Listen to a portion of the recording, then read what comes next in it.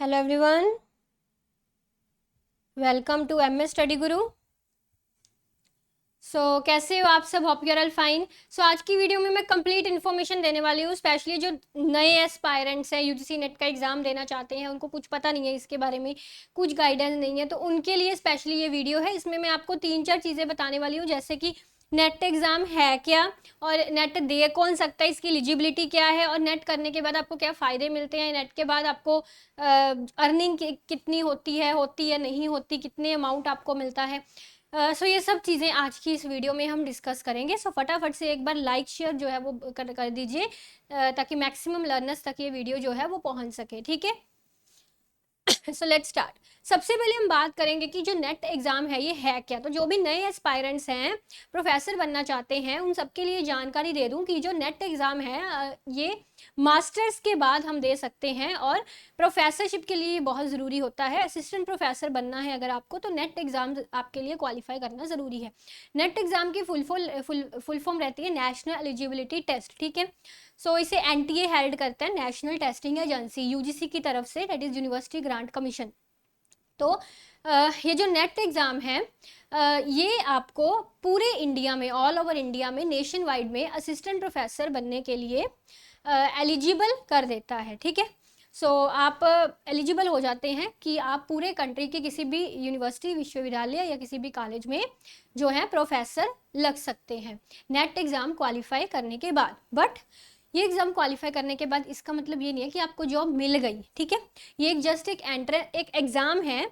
जैसे ही आपका ये एग्ज़ाम फुलफिल होता है, कम्पिटिटिव एग्ज़ाम है, इस एग्ज़ाम को फुलफिल करने के बाद आपको जॉब के लिए अप्लाई करना पड़ेगा, इंटरव्यू देना पड़ेगा। इंटरव्यू देने के बाद फिर जाकर जो है आपको असिस्टेंट प्रोफेसर की जॉब मिलेगी। दैट मीन्स ये सिक्योर नहीं है कि आप जैसे ही नेट क्लियर कर लेते तो आपकी जॉब लग जाती है, उसके बाद का भी प्रोसेस सारा अलग रहता है। ठीक है, जो नेट का एग्जाम है ये 2 पार्ट्स में डिवाइड रहता है। एक तो सिंपल ओनली असिस्टेंट प्रोफेसर, दूसरा है असिस्टेंट प्रोफेसर प्लस जेआरएफ। ठीक है, तो अगर आप नेट का एग्जाम क्लियर करते हैं तो इसके 2 चरण, या तो आपका सिर्फ नेट क्लियर होगा, या तो आपका नेट के साथ जेआरएफ भी क्लियर होगा। ठीक है, जेआरएफ के लिए कुछ एलिजिबिलिटी क्राइटेरिया होता है, जैसे इसमें आपकी एज लिमिट भी होती है कि एक पर्टिकुलर एज लिमिट के बाद आप जेआरएफ जो है उसमें अटैम्प्ट नहीं दे सकते।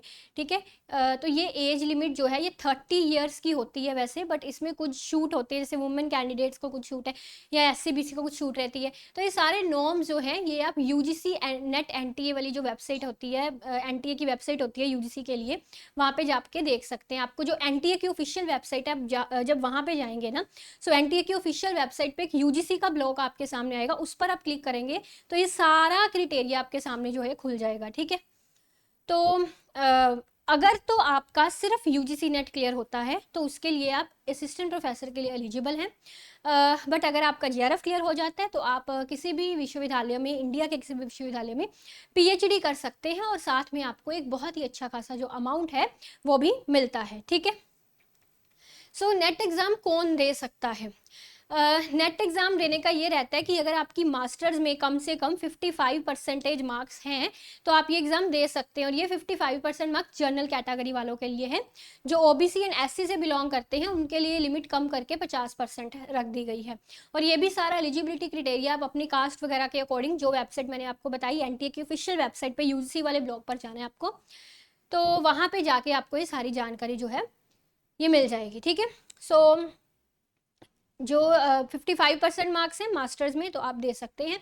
तो मास्टर्स अभी नेट के ना सब्जेक्ट्स होते हैं, इसकी एक पूरी सब्जेक्ट की लिस्ट है कि इन इन सब्जेक्ट्स में मास्टर्स होता है, नेट है जो ये होता है। ठीक है, तो जिस सब्जेक्ट में आपका मास्टर्स है आप उसी सब्जेक्ट में नेट दे सकते हैं।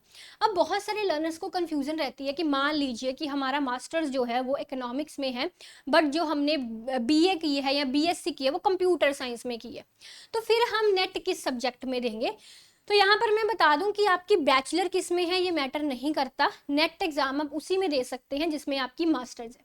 मान लीजिए कि आपने बीएससी कंप्यूटर साइंस में की है ना, या मैथमेटिक्स में की है, या किसी भी और पर्टिकुलर सब्जेक्ट में की है, लेकिन आपकी जो एमए है वो किसी और सब्जेक्ट में है, तो आप नेट उसी एग्जाम में देंगे जिस सब्जेक्ट में आपकी एमए है। बीए वाला सब्जेक्ट मैटर नहीं करेगा यहाँ पे। ठीक है, और एमए में उसमें कम से कम 55% नंबर चाहिए एलिजिबल जो आपको करते हैं नेट एग्जाम में बैठने के लिए।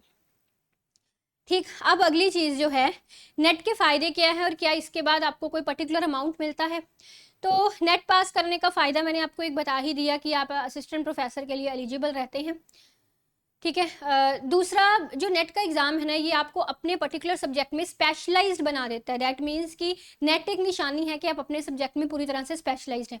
आप किसी प्राइवेट सेक्टर में जॉब करने जाते हैं, उस प्राइवेट सेक्टर में सब्जेक्ट से स्पेशलाइज्ड की ज़रूरत होती है कई बार, कि हमको इकोनॉमिक्स सब्जेक्ट स्पेशलाइज्ड चाहिए या हमको किसी अकाउंट्स का स्पेशलाइज्ड चाहिए, है ना।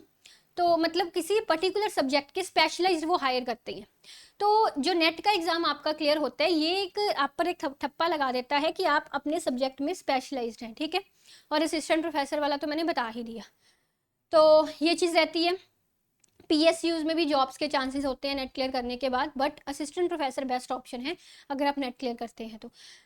अगला इसका बेनिफिट रहता है कि जीआरएफ, अगर आपका नेट के साथ जीआरएफ क्लियर होता है तो आपको एक बहुत अच्छा खासा फेलोशिप अमाउंट मिलता है। इससे ऊपर मैं अलग से वीडियो बना चुकी हूँ, बहुत डिटेल में मैंने समझाया हुआ है कि कितना फेलोशिप अमाउंट मिलता है, जीआरएफ कितना मिलता है, एसआरएफ कितना मिलता है। ठीक है, अप्रॉक्सीमेट आइडिया बता देती हूँ। जो जीआरएफ है आपका, वो कुल मिला के 35 से 40 हज़ार अमाउंट रहता है, और जो आपका एसआरएफ होता है वो कुल मिला के 40 से 45 हज़ार का अमाउंट जो है वो रहता है। 2 साल जीआरएफ रहता है, इसके बाद एसआरएफ, टोटल 5 साल तक आप ये अमाउंट के लिए एलिजिबल रहते हैं। बट ये अमाउंट आपको तभी मिल पाएगा अगर आप किसी यूनिवर्सिटी में पीएचडी के लिए एडमिशन लेते हैं। अगर आपने एडमिशन नहीं ली तो ये अमाउंट आपको कदापि गवर्नमेंट नहीं देगी, ठीक है। So this is a thing. अब खाली अगर आपका नेट क्लियर होता है तो आप कितने पैसे कमा सकते हैं, इट डिपेंड्स। अगर आप नेट क्लियर करने के बाद किसी विश्वविद्यालय में एज असिस्टेंट प्रोफेसर लगते हैं तो एज यू नो कि आपको स्टार्टिंग में ही रेगुलर जॉब नहीं मिल जाती, कुछ टाइम के बाद रेगुलर जॉब मिलती है। मान लीजिए आप एडहॉक पे लगे हैं या कॉन्ट्रैक्ट बेस पे लगे हैं, है ना।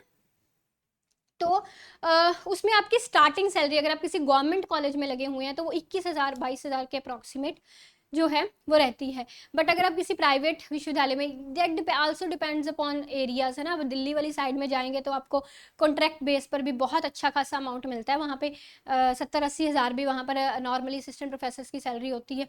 और अगर आप हमारी पंजाब वाली साइड पे रहेंगे तो ये अमाउंट जो है थोड़ा कम होता है, बिकॉज इन दिल्ली ज़्यादा डेवलप्ड है। तो दैट मीन्स ये चीज़ वेरी करती है आप किस यूनिवर्सिटी में जो है वो एडमिशन ले रहे हैं, या सॉरी किस यूनिवर्सिटी में है, प्राइवेट है वो यूनिवर्सिटी या वो कॉलेज है, या यूनिवर्सिटी है वो प्राइवेट है या गवर्नमेंट है। अब जो प्राइवेट वाले अमाउंट आपको देते हैं वो थोड़ा निगोशिएशन अमाउंट होता है। जैसे आप किसी प्राइवेट कॉलेज या यूनिवर्सिटी में जाते हैं तो वो निगोशिएट करके आप ये डिसाइड कर सकते हैं कि कितना अमाउंट आपको मिलेगा, है ना। तो ऐसी ये चीज़ें होती हैं। और वो जो असिस्टेंट प्रोफेसर की जॉब में आपको अमाउंट मिलता है ये अलग बात है। बट अगर आप नेट क्लियर करने के बाद पीएचडी करते हैं तो पीएचडी के लिए आपको गवर्नमेंट की तरफ से तो कोई अमाउंट नहीं मिलता, क्योंकि वो खाली जीआरएफ में मिलता है।